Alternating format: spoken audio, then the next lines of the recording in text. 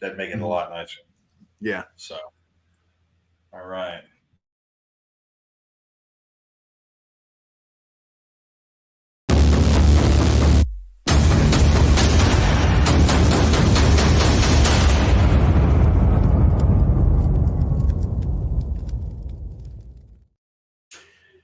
There he is.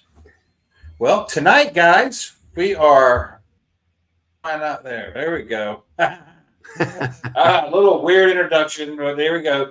Welcome back, guys, to the Angry Nation podcast. Tonight we've got a returning guest. Brian's been on here before, but we're going to talk about a topic that we didn't even get into last time, and that's going to be the attempted assassination of Trump. It's funny they don't like using that term in the media, but that's what it was. Because Brian has extensive experience in personal security like that, providing security for a principal, and he understands what needs to happen to do those things.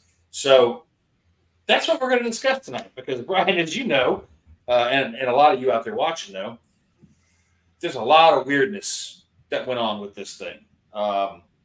It's to say the very least. So before we really get started, Brian, I actually hear your take on it. What you think about the way this went down? The video of the shooter walking around and actually conducting recon, essentially, of where he was going to go up and everything, and how nobody saw this dude carrying a ladder and a rifle.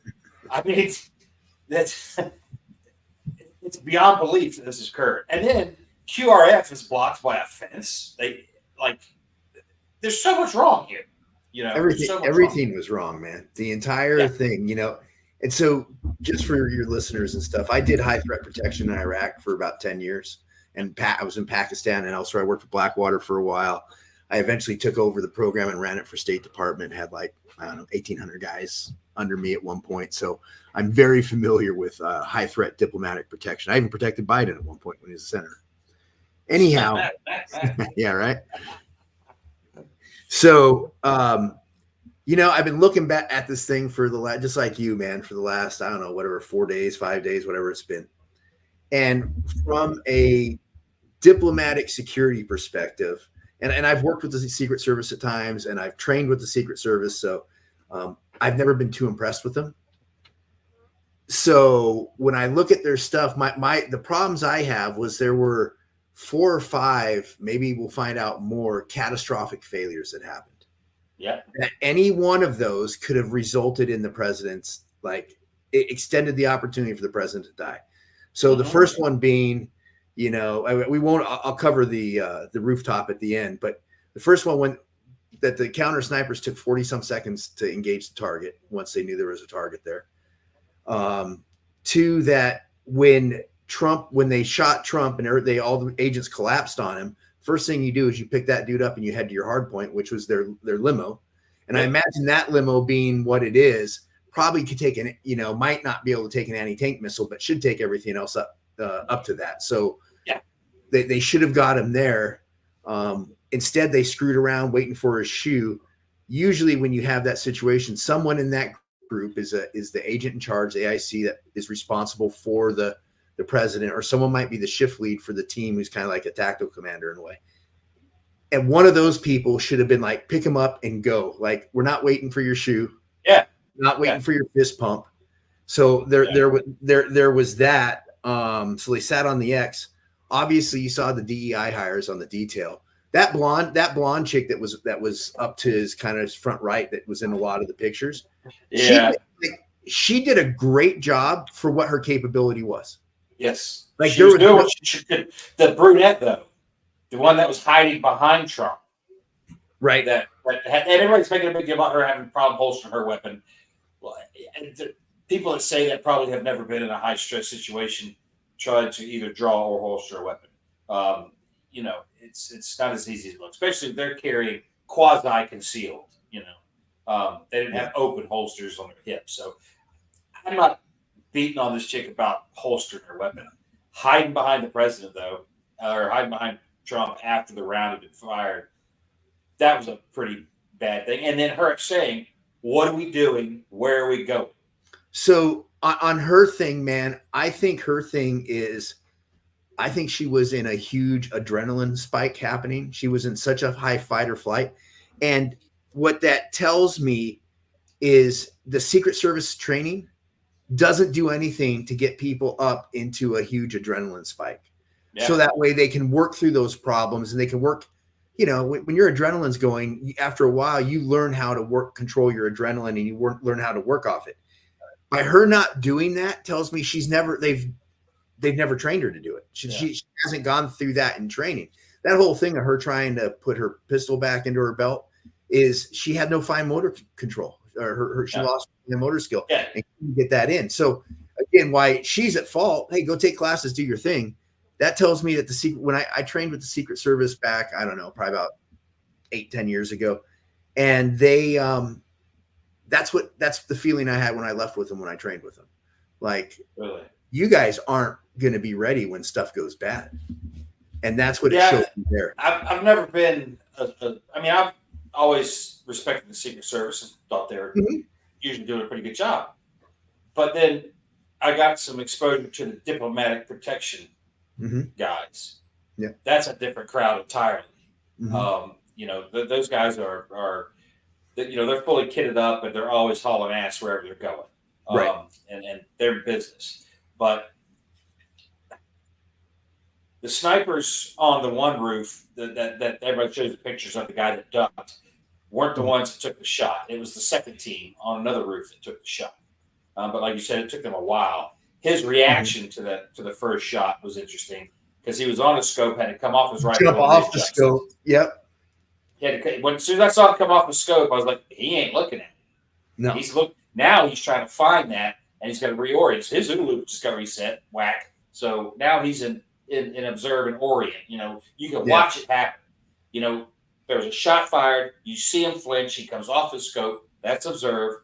He moves his tripod into that direction. That's the orient. And then he goes back on his scope. And by then, the other team are taking the shot, and the shooter goes down. But there also may have been a line of sight issue, too. That might not have been his sector to cover. Who knows? With two teams. But you're right in that they should have been moving Trump immediately.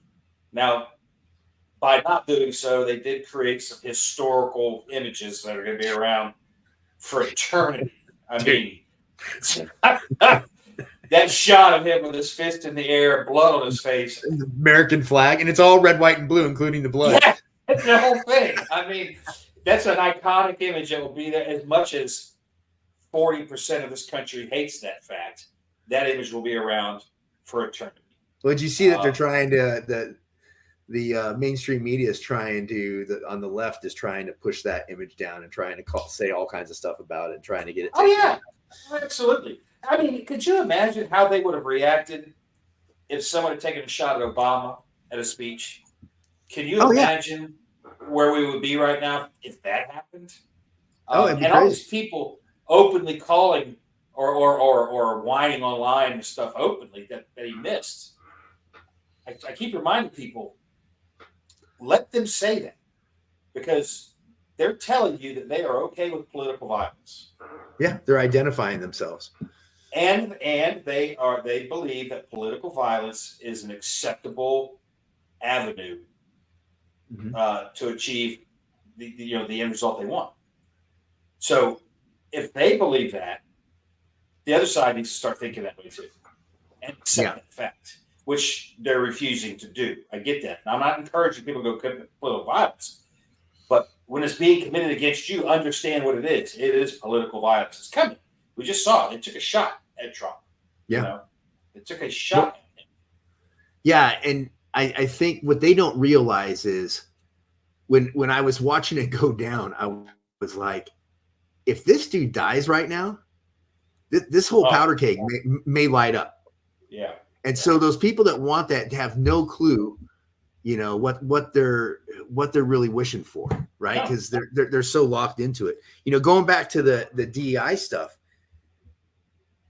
that blonde chick did a good job for her capability. She wasn't tall enough. She's 5'4", whatever she is. Yeah. She's not going to ever screen and protect Trump. But I guarantee you, there's a detail out there with a politician who's short. Maybe it's another woman. whatever, that's smaller, put that woman on that detail. Like she would do great there. And so it gets back to, here's the DEI policy, that they're pushing. And my question about it all is, what diplomatic protection 101 is: you dominate all the high grounds. If there's a spot you can't see, you put somebody on it, or some way you secure it so nobody can get on it. And then if something happens to the principal, you get them off the X as fast as possible. So we already talked about that. They didn't get them off the X, but then when it comes to that high ground, they own everything of that. I've seen people try to say, well, no, the Trump campaign tried to say that you don't need to do anything with it. The bottom line is the Secret Service owned that. And if they didn't do anything with it, that's on them.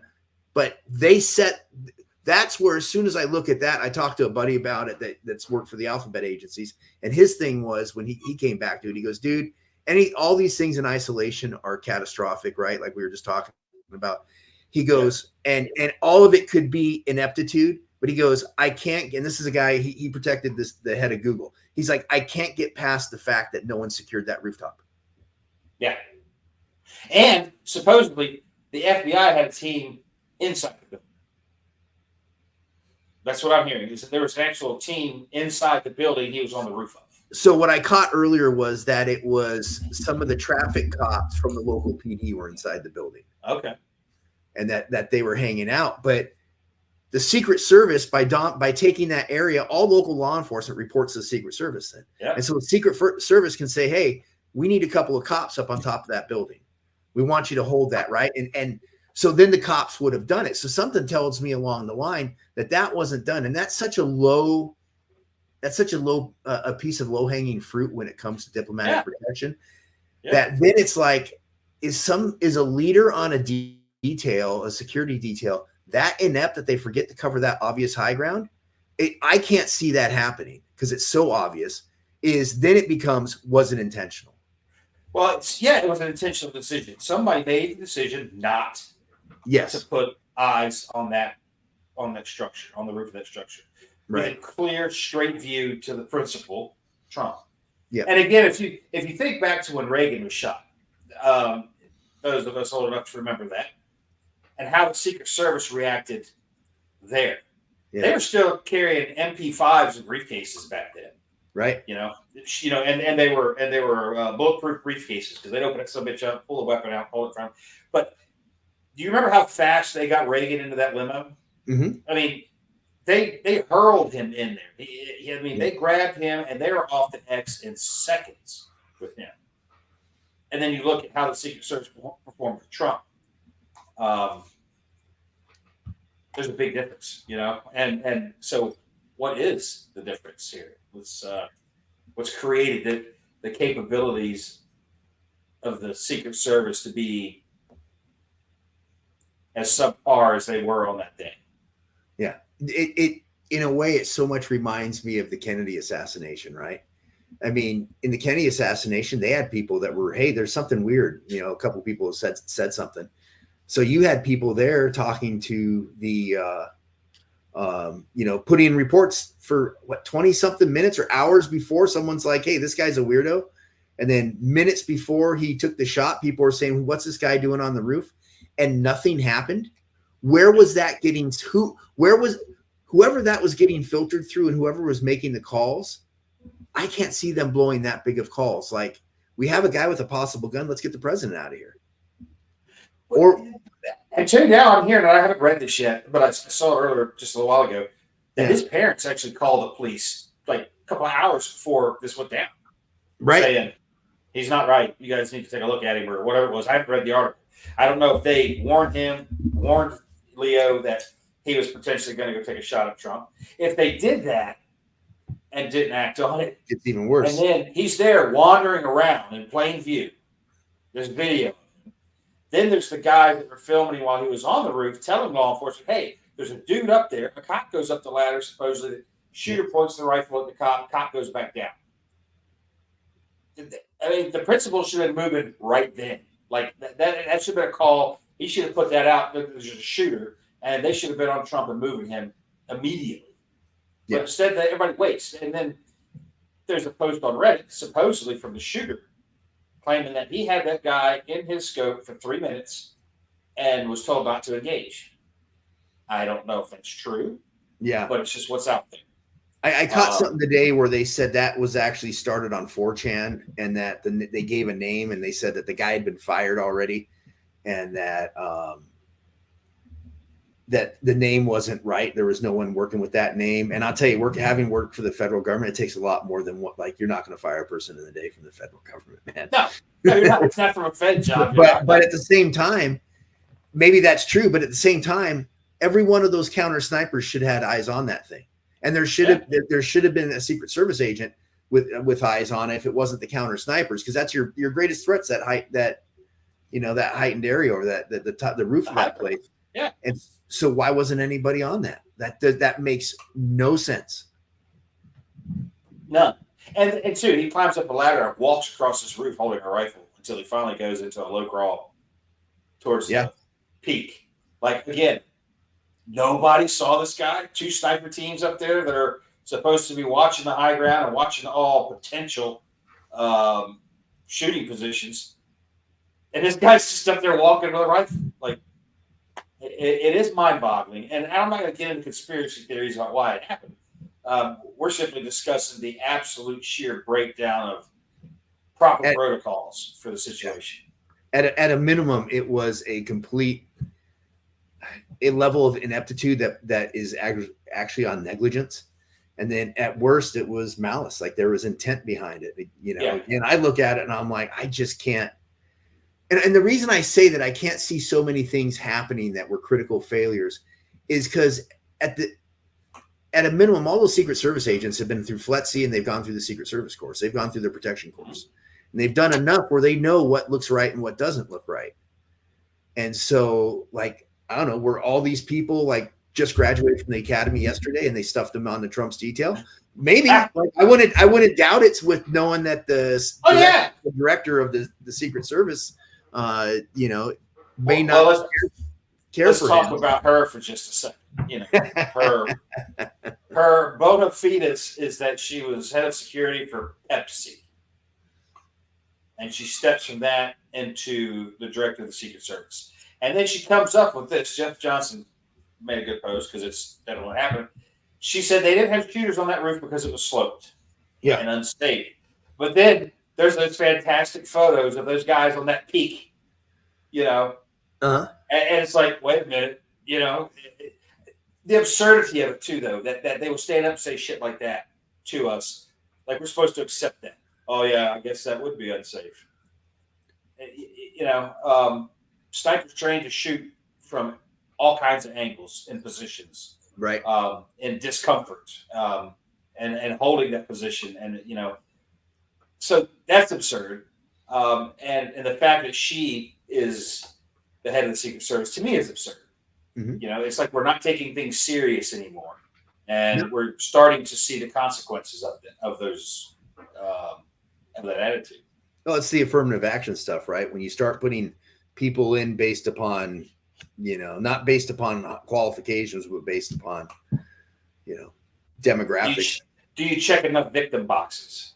Yeah, that's what it comes down to. And then when you're pushing, because she is pushing an agenda, she wants 30% of the Secret Service to be women. Yep.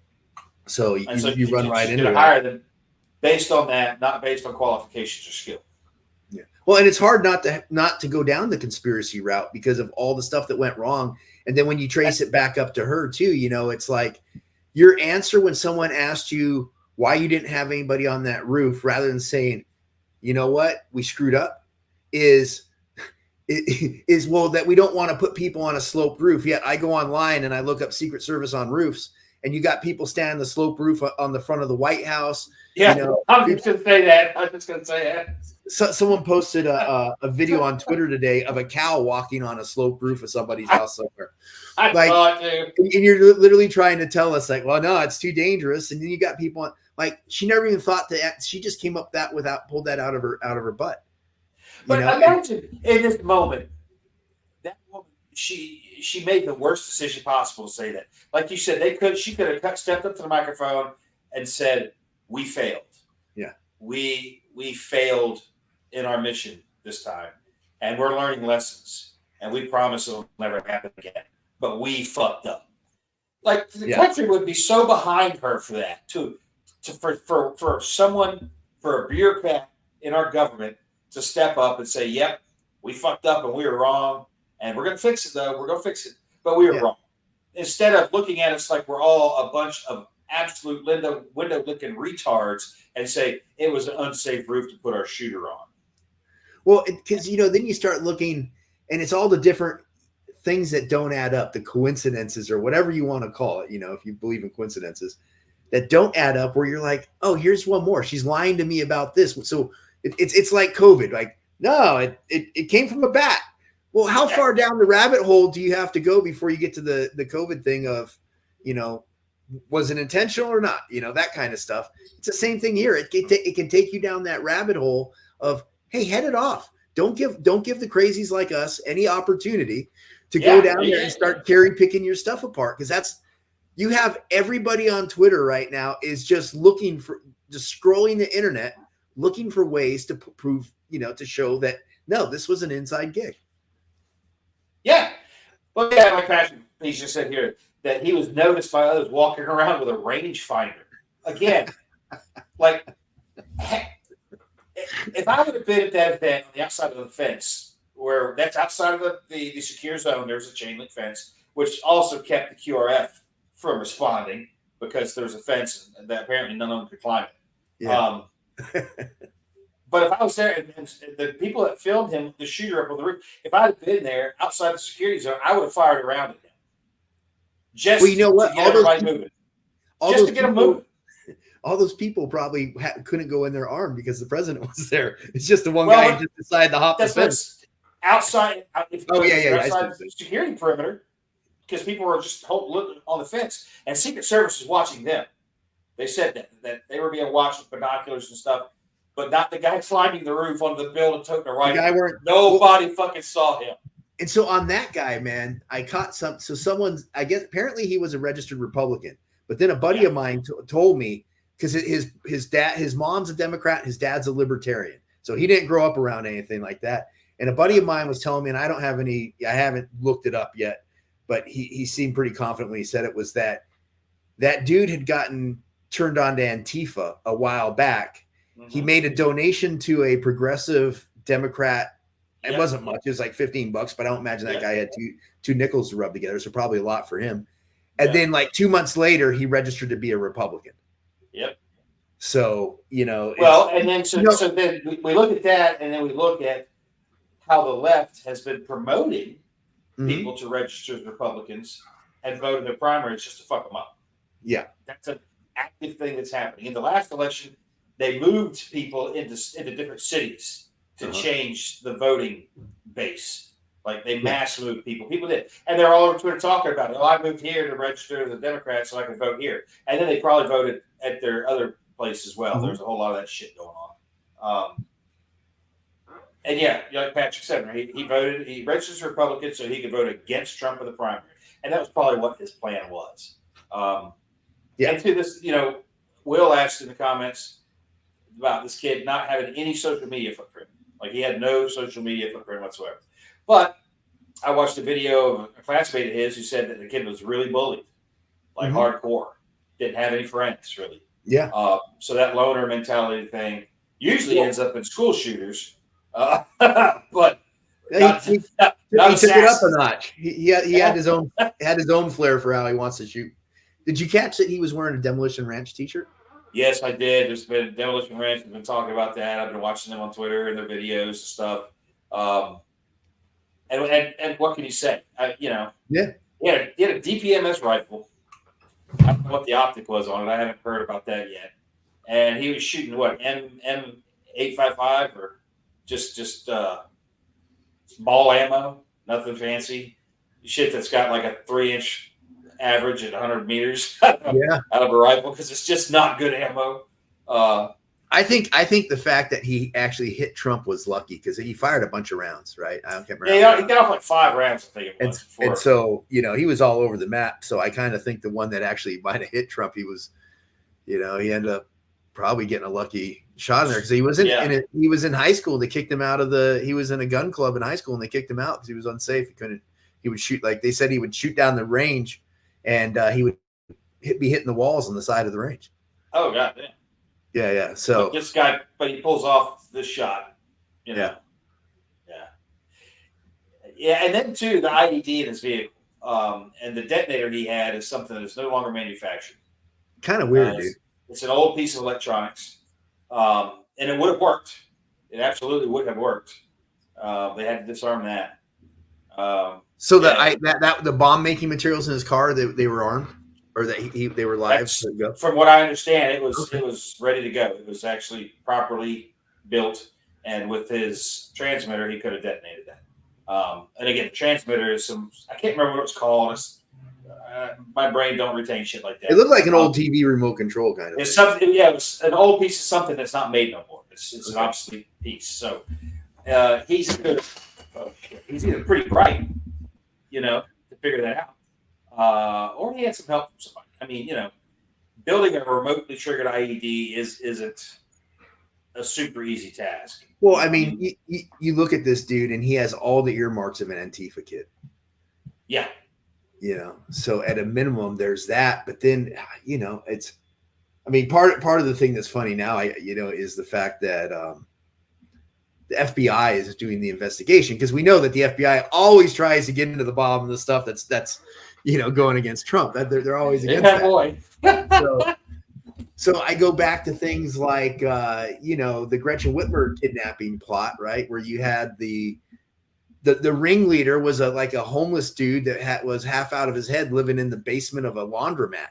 Yeah. Right? So I go to this is them picking the disaffected youth. They did it. They would do over, overseas, right? They find some kid that was half out of, some autistic kid or something. And the next thing you know, they get them all spun up on dying for Allah. And then they bust the kid and they go, oh, look what we did. Like he planned it all. Yeah.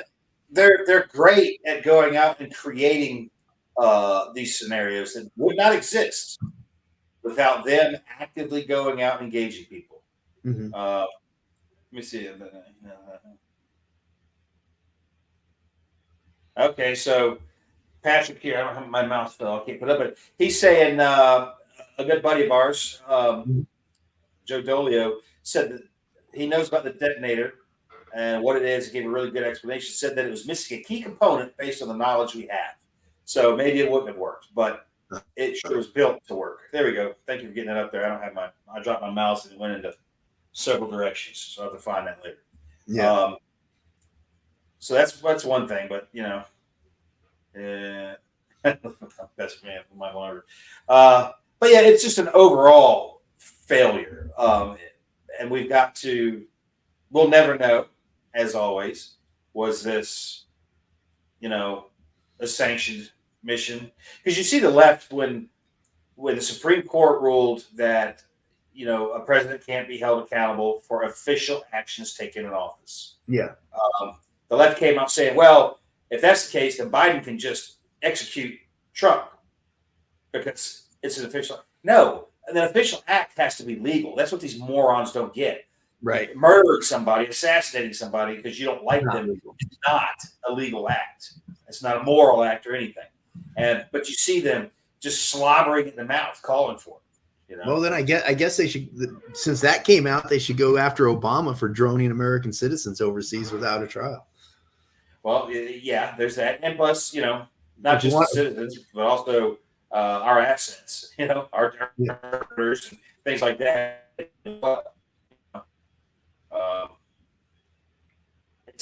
Like I said, we'll never actually know, I don't think, exactly what happened because they're not going to tell us exactly what happened. They're going to lie to us like they always do. Yeah. What do you think? What do you think we go from here, man? I lost you there for a second. What did you say? I said, where do you think we go from here? I'm worried about additional attempts. Yeah, is what I think is going to happen because they're so frothing at the mouth mad that this guy missed. I think there will be other attempts.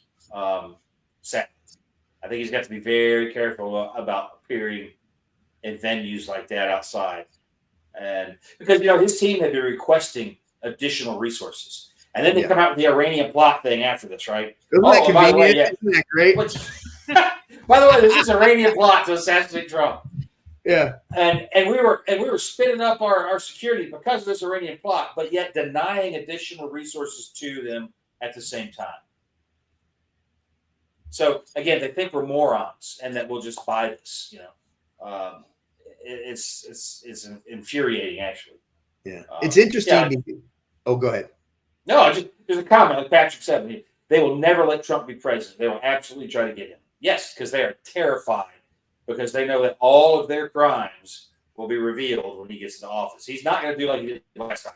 He's going to come in and he's going to kick some ass on this one because they went after him so hard. And I don't blame him. He should. He should go. There's a lot of people who should go to prison over the shit done to him.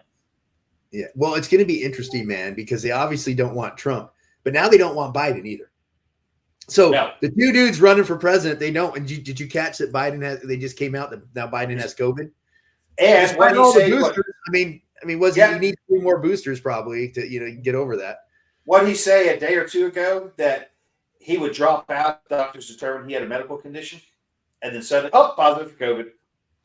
Well, they have a problem, man, because the only way they can get him on the ballot now in Nevada, Minnesota, I think, and Georgia, is if he kicks the bucket, or they 25th Amendment him, because he's on the ballot in those states it's against state law to change the person after the whatever date. So they're kind of stuck with him on 3 of the swing states being on the ballot regardless. Now they might be able to add someone more to a ballot, but they can't take him off. Yeah, the left it was interesting to watch them turn on him because it happened rather quickly. It wasn't a slow thing. It was a matter of a couple of days, and it was Biden needs to step aside, and everybody's calling for it. Schiff called for it, which cracked me up. He called for Biden to step out of the election. Because Schiff. I heard somebody on Fox mention it, and they said Schiff, because he's running for Senate, if he wins the Senate and the Democrats lose the Senate, then he's like regulated to like just being a schmo backseater because he's a junior senator, and he loses all the power he had in Congress. So no one really gives to. So he's, that dude's kind of going after his stuff. And I wonder too, there's a lot of concern that it affects the down ballot voting. And so I haven't checked it in a month or so, but he was having a pretty tight race against Steve Garvey out here. Steve Garvey was an old LA Dodger from back in the 80s. And so Garvey's running for Senate against him. So I wonder maybe if he's worried that would affect him too. Yeah, maybe. But I think they're just in general terrified that they're going to lose all the power because they know that this is going to be a right sweep. They're going to take the House, the Senate, and the presidency. And they're scared shitless. I can't remember the name. Somebody just asked about shipping books to me and me signing them. Absolutely. Send me a DM on Facebook or Twitter or someplace, and we'll work that out. You ship them to me, I'll sign them and ship them right back to you. Nice. But I think they're just scared to death because of some of the stuff that he might be able to reveal if he gets into office. And that's why I think that they will stop at nothing to prevent it. Yeah. And I think too with Trump, man, when he got in the first time, it was like he was a lone island. He didn't have many supporters in the government. And now, like JD Vance, and he has a lot of really good support. And he didn't do anything with Vivek, but I see him bringing Vivek into his cabinet somehow. And I think they're scared he's going to take a wrecking ball to their stuff. And he needs to. Yeah. What's been done to our government over the last 12 fucking years, really. I mean, Trump got in there for a little bit, but you take Biden's time and Obama's time and what they did. I mean, all Trump was able to do on his term was slow it down some. He couldn't even stop it. But I think this time, with total control, as long as the Republicans that are in the House and the Senate are real Republicans, and not even Republicans, but conservatives. Yeah. Because I was putting that on Twitter today. I've never seen the Republicans try so hard to lose. Like they always do. And they always cave to the left. The left is always like, meet me halfway, meet me halfway, meet me halfway. And the Republicans step halfway, and the the left takes a step back and says, meet me halfway, and that's just what they keep doing. And the Republicans are like, okay, and they just kind of stumble along and follow along whatever the left wants done, and pay lip service to, well, we're trying not to do that, but it always happens. So maybe this time too, the Republicans that are a little squishy will find a spine, and maybe we can fix this stuff. And during the election, some of those squishy Republicans need to be replaced with people with a spine. Because, like you said, we do need to take a wrecking ball of things. This shit does need to be fixed. Everything is wrong. It was wild. This is the first time I've ever paid attention to a national convention, and I'm not a Republican, or I'm an independent. So, but it's been fun to watch. And like the opening day of the Republican National Convention, like they had a couple of dudes that went up. And then they had, I think it was this woman from like South America she lost her home here and she has 3 kids. She's like, I came here legally and I'm not getting anything, but you're giving all this money to the others. And she goes, we're working 6 jobs between 3 of us to try to make ends meet and to build our life back. And what the hell? And then the next person they brought up was a half black, a mulatto chick that I think was a lesbian with short hair and a tattoo on her face. And she started talking about he's all into Trump now. And it was like, so I'm looking at, I'm like, and then they brought up the president of the Teamsters, who he came up and spoke, like the first time that's ever happened at a Republican National Convention. So I'm sitting there looking, I'm like, dude, this looks like a Democrat from like 20 years ago, a Democrat National Convention. Well, and there's been talk that because the left is swinging so hard left that they're abandoning the good old traditional blue blood Democrats, which I don't have a beef with those guys at all.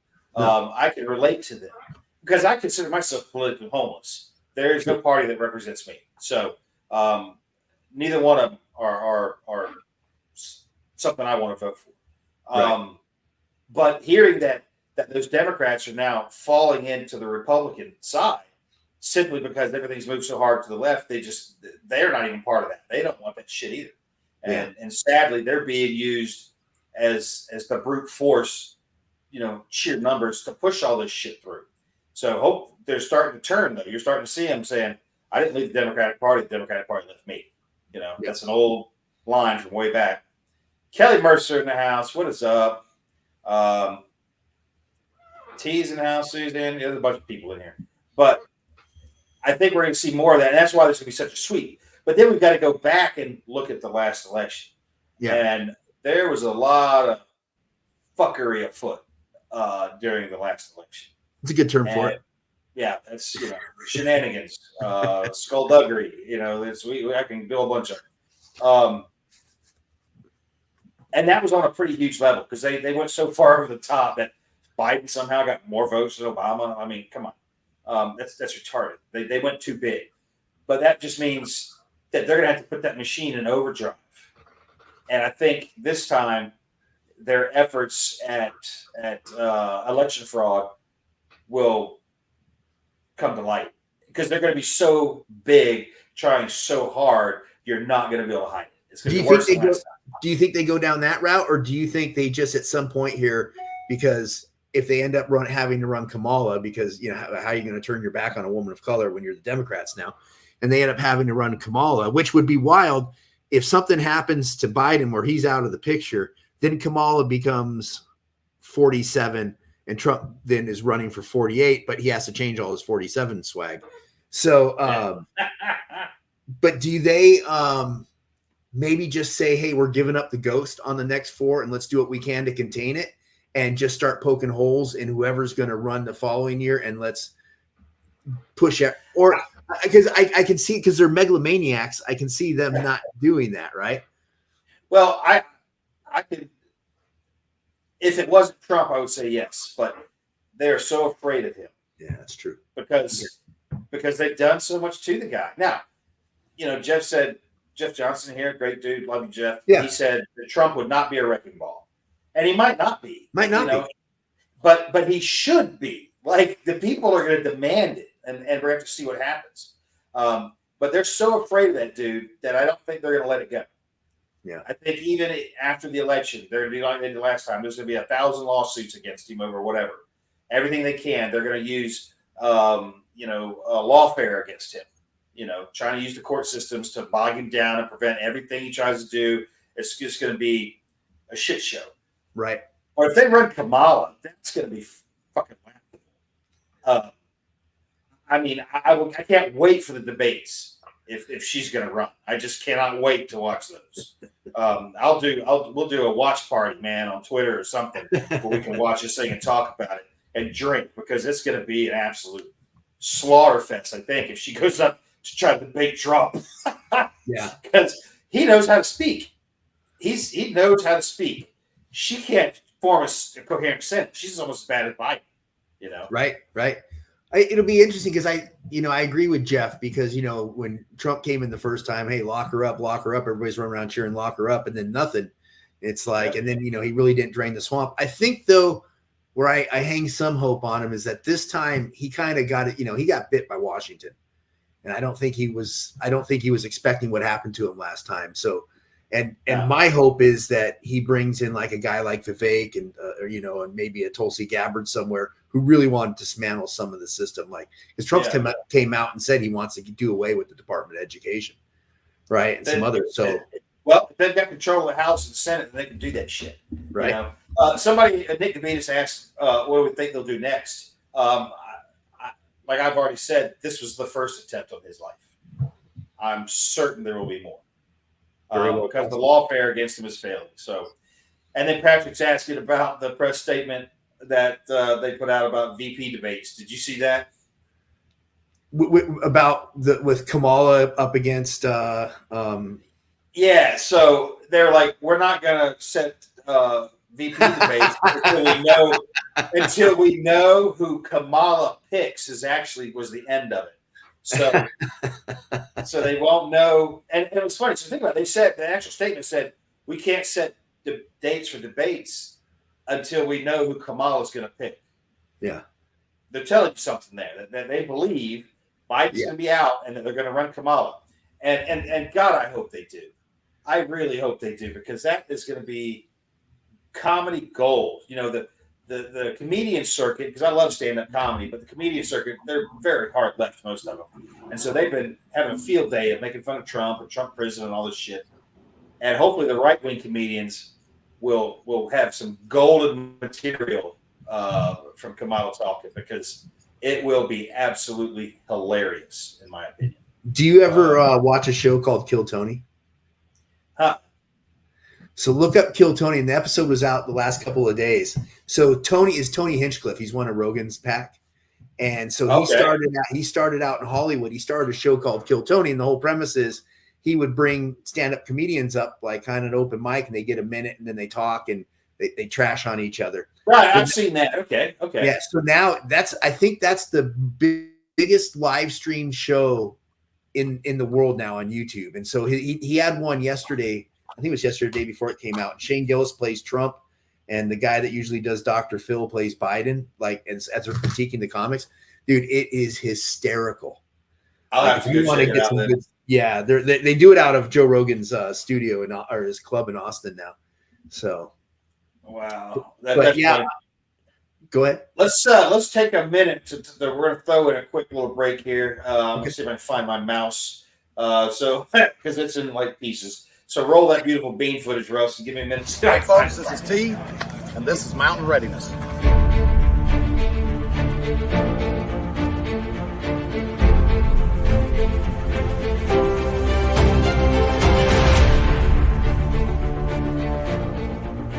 It doesn't matter what the event is that makes this thing go pop.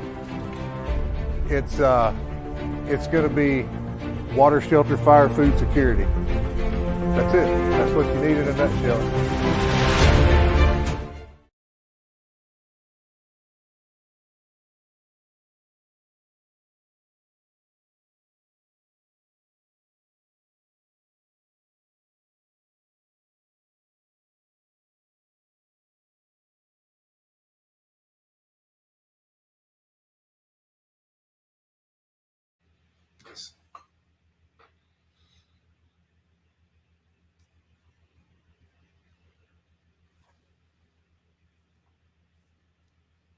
Can't hear you there.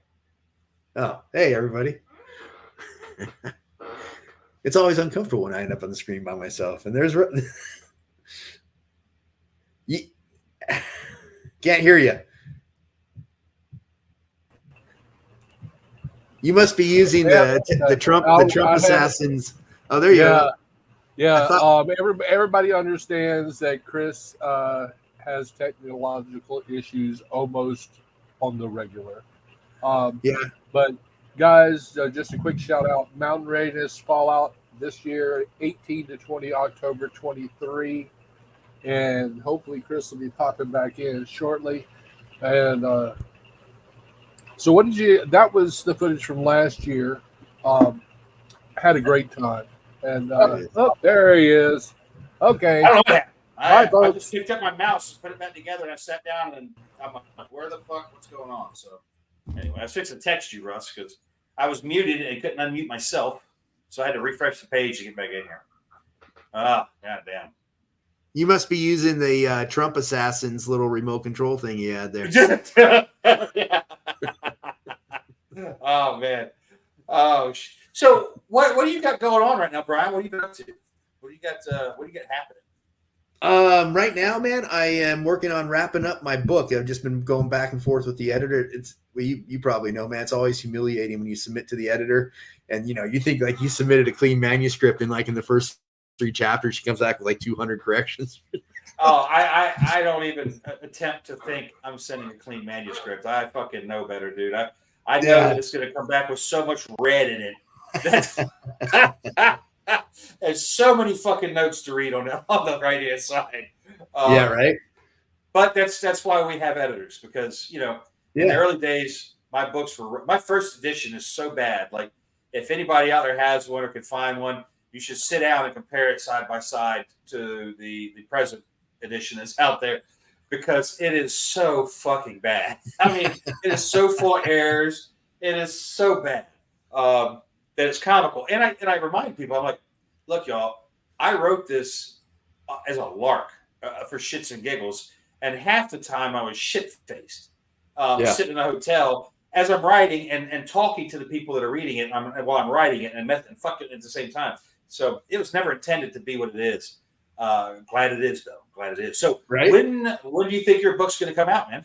I'm waiting to hear back. I'm hoping September, October time frame. Something. And give everybody the title and stuff. Let's talk about it. Right there, Mind for Survival, man. It's a mindset look at preparedness. Gets deep into cognitive biases. Gets deep into what makes up success, what makes up how you look at the world, and how you look at preparedness. And the tagline is how to face any crisis, minimize your unwanted struggle, and live your best possible life. So it has some. I like it. Yeah, it has some things. When it comes out, I need to get 60 or 70 of them from you to send to certain patrons here. So I've got another book coming for patrons as well, you guys. I got another one that we're working on right now that'll be coming out to you. A new author. I'm going to introduce him to you guys. We're going to do a podcast with him, and I'll be sending you his book. And when Brian's book is ready, I will get those, and I will send those to you guys as well, to those Thad Nut patrons. We are remodeling Patreon, guys. I know you're not seeing it yet. I just have a lot of anxiety about pulling the trigger and doing the change and what it'll do to everybody. So we're still kind of fucking with that. Anything else that you got happening? I just want to make sure that if you got stuff going on, that's it, man. I'm working on a course. I moved. I'm out in the People's Republic of Los Angeles right now, visiting my father. I moved to Texas. I haven't been this happy in my life since living in Texas. It's great. And freedom's a nice thing, isn't it? Isn't freedom cool? It was funny, man. I go out to do like a half-hour walk when I first get up in the morning, and like in Texas, you walk and you see people like, "Hey, how you doing?" I'm like, "Yeah, hey, how you doing?" Super friendly, polite, courteous. Here, no, man. Like they look at you like you're a mugger. What? Like, or they look like angry, like they give you like resting bitch face. Yep. Because you said hi. Where I live with the Hicks and the Sticks here in Florida, what I call the farm howdy is probably a 75% thing, that just passing people on the road driving. Just everybody does it. Yeah. So many people. It's just a different vibe. I've been to LA. I spent a lot of time there, and you're right. The people are shitty. They're not as shitty as New Yorkers. No. Like I made the mistake of holding the door for somebody in New York one time. It was a woman, and she talked shit to me for it. So I let the door go and said, "Fuck you." You know, I mean, what are you going to do? But I was just being polite, you know, and they get mad about that because they're always looking for a reason to be a victim. But you need to get back to Texas, man. You need to get back to Texas. Another week. It actually worked out good because I don't associate with anybody out here. So I gave me a lot of time to work on my book, to finish up the book with the editor. That's good. Well, yeah, when we were doing the screenplay for Going Home, I rented an Airbnb in LA. And where were you at? You know what part of LA you were in? Not far off of Sunset, I'll tell you that. It was a nice enough neighborhood. Yeah. It was real close to Yum Yum Donuts. Okay. It was right by Yum Yum Donuts. So, but we rented a house. It was cool. It was gated, private yard. And when you were in the yard, man, it was like you weren't in LA. You couldn't see anything else just because of the way it was landscaped. So it was real cool. But we locked ourselves in there for like 5 days, dude. Nice. Just hammering on this screenplay together. And that was cool. That was a cool experience to do that. Jeff, the city, not upstate, bro. Yeah, it's wild here, man. I mean, having grown up here, it's a great place to grow up. I grew up surfing in the morning, snow skiing in the afternoon. Yeah. Going up to the desert, hunting, whitewater rafting. It was a great place to grow up.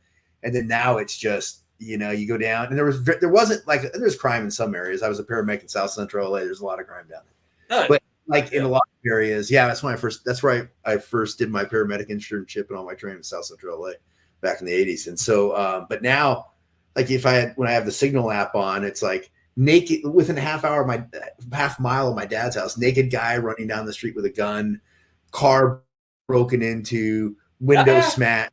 It's just one thing after another. Yeah. And they're emboldened because, you know, the DAs and stuff out there are decriminalizing crime, not punishing them, catch and release and that whole thing.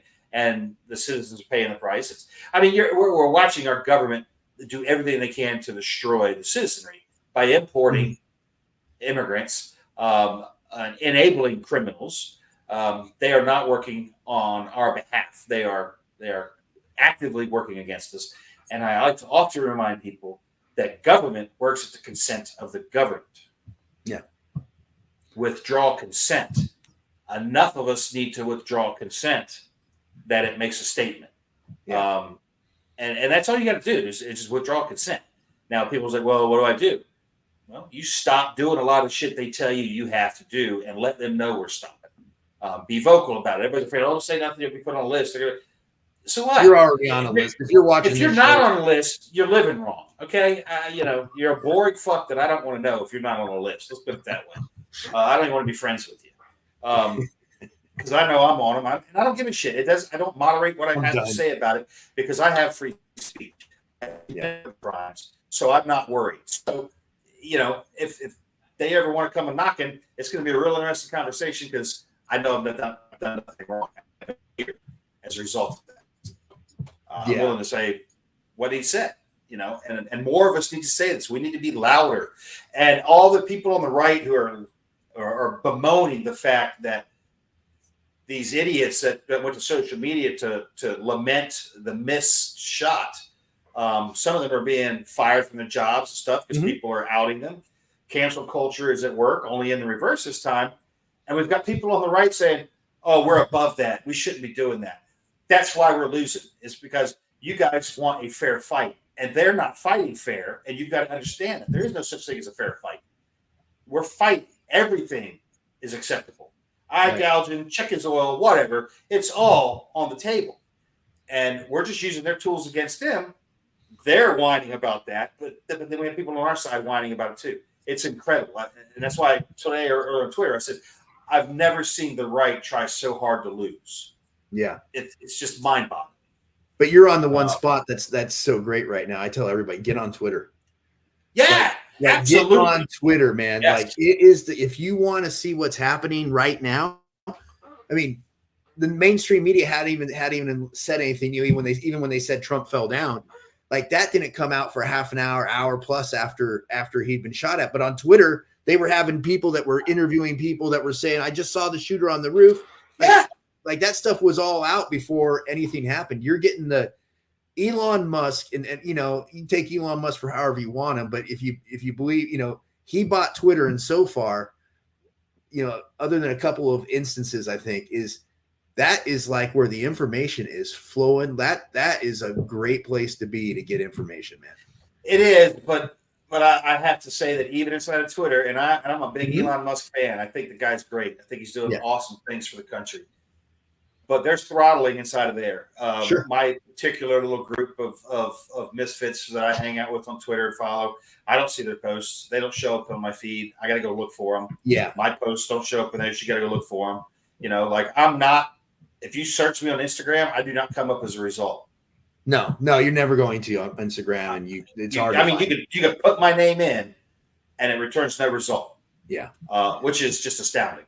So the thing I'll say about Twitter on that though is, and I don't know if this is it's expanding, but I just had a buddy that does insider threat stuff for tech companies, and he just got hired. He just got hired by X a while back, and they're expanding their insider threat because the reason you're getting throttled is they still have a lot of that old group of, you know, that old architecture that's up in San Francisco that are still there.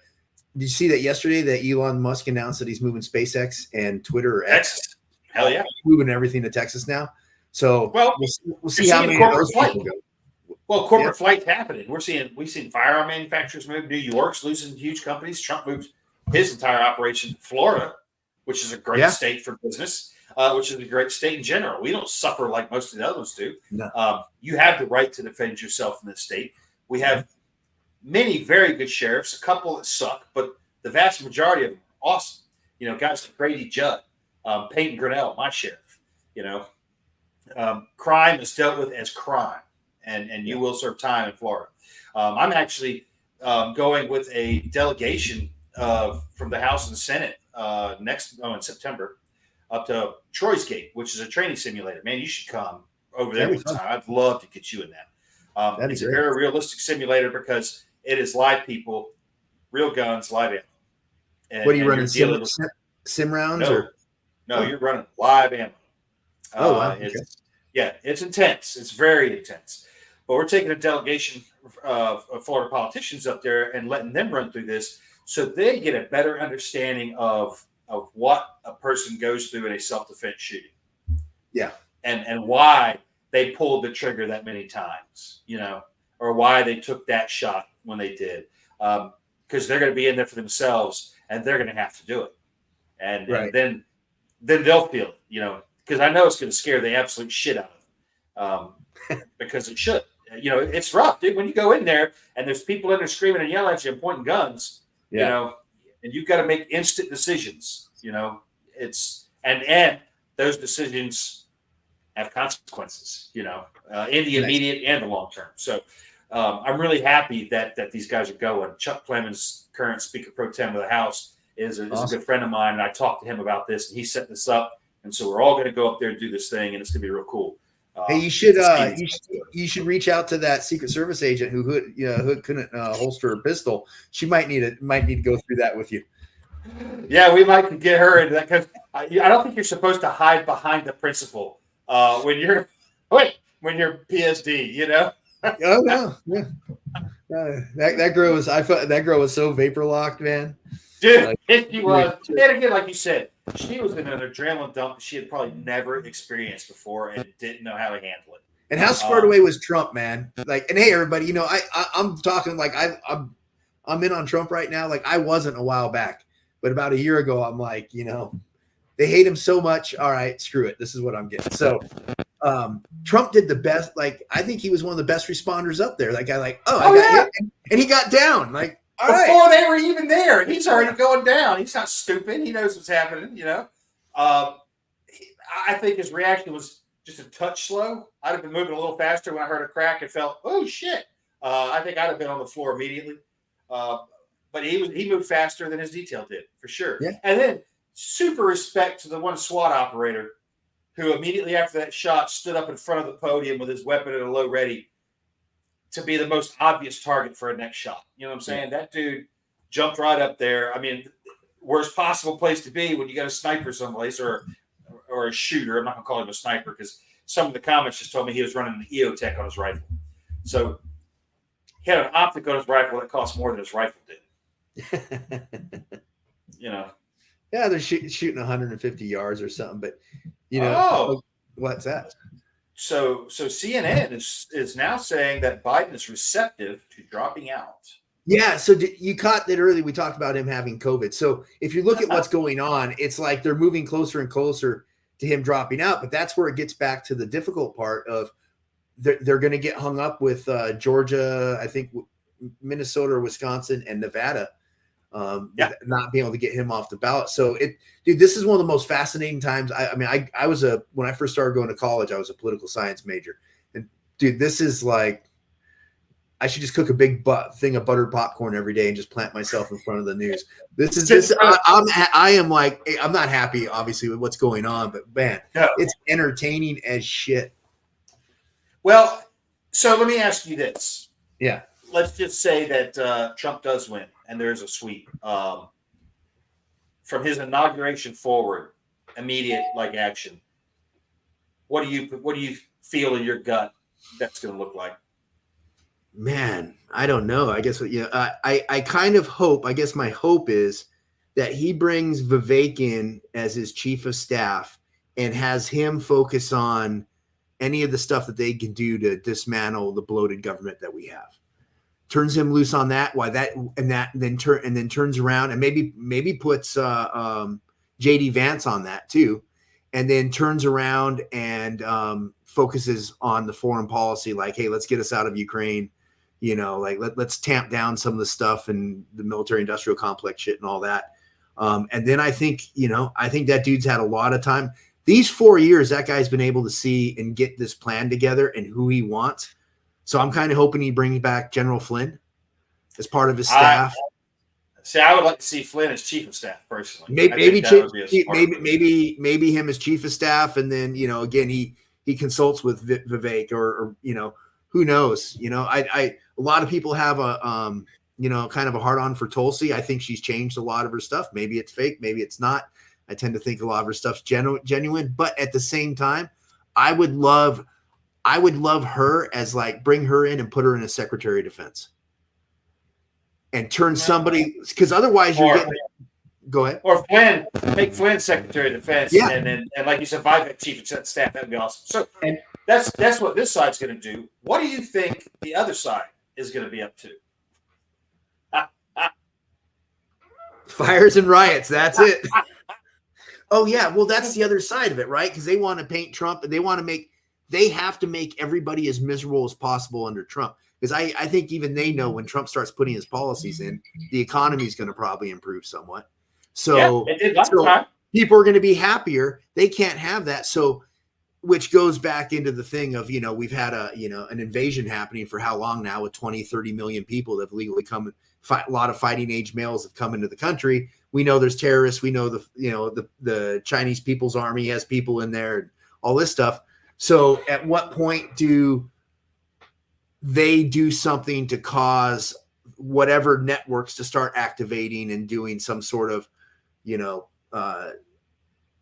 terrorism across the country? It doesn't have to be big and spectacular, but, someone rolls into a school and chops off heads or does whatever, and someone goes to a shopping mall at Christmas, blow up a couple shopping malls or shoot up a couple shopping malls. Next thing you know, Americans aren't shopping.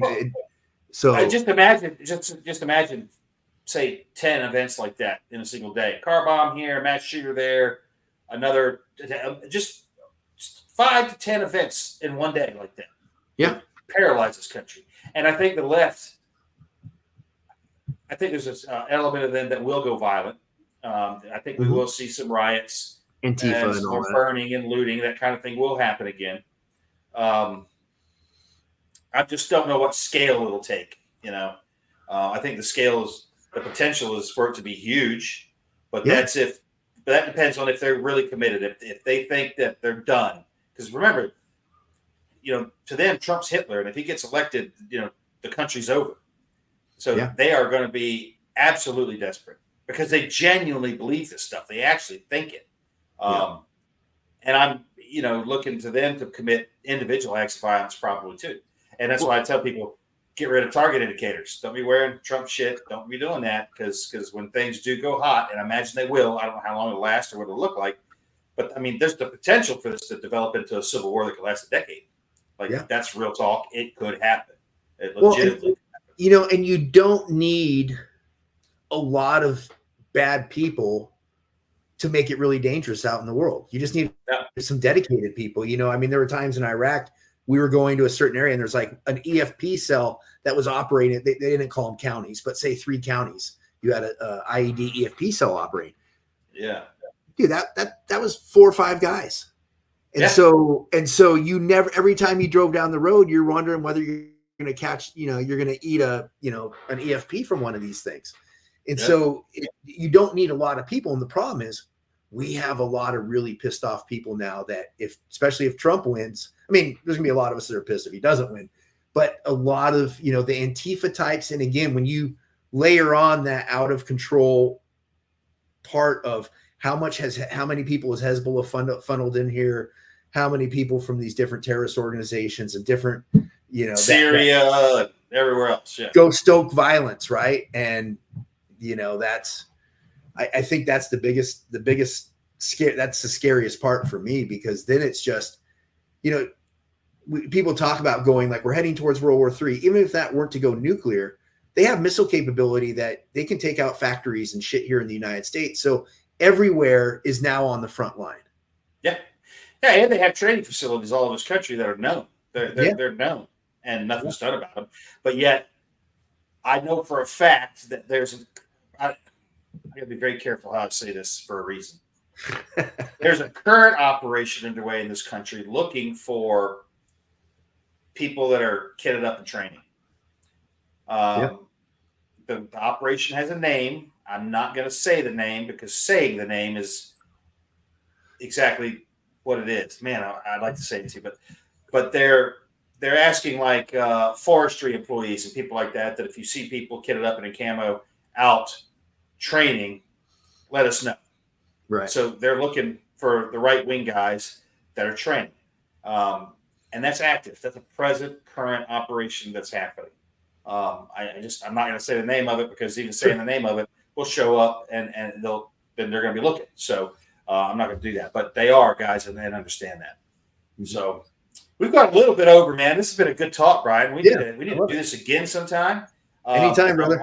Only reason I'm going to jump is I got ribs in the smoker. I got to get out. And that sounds like a good time. It's dinner time, man. Dinner time. Cool, but man. we appreciate everybody being here. Brian, you got anything you want folks to know before we jump off? Yeah, head over to mindforsurvival.com/book. Sign up, get notifications. Book should be out about hopefully 2 or 3 months. There you guys go. And like I said, for patrons, when Brian's book comes out, Thad and Up will be getting copies to you guys in the mail for being patrons. So more stuff is coming for you guys. I know it's been a while, but we're back online here. So I think they're watching people with Hummers, Jeff says. Well, we do love the Hummer. That Hummer is nice, man. That Hummer's fun. Yeah, it's a Hummer. Yeah, that's right. They are watching people with Hummers. Look at this guy. Yeah. Look at this guy right here. We should probably follow this guy some more. Yeah, it'll be interesting. Well, man, thanks for being on here. And guys, you know the drill. We'll catch you next time. Be good at it. We appreciate you being here.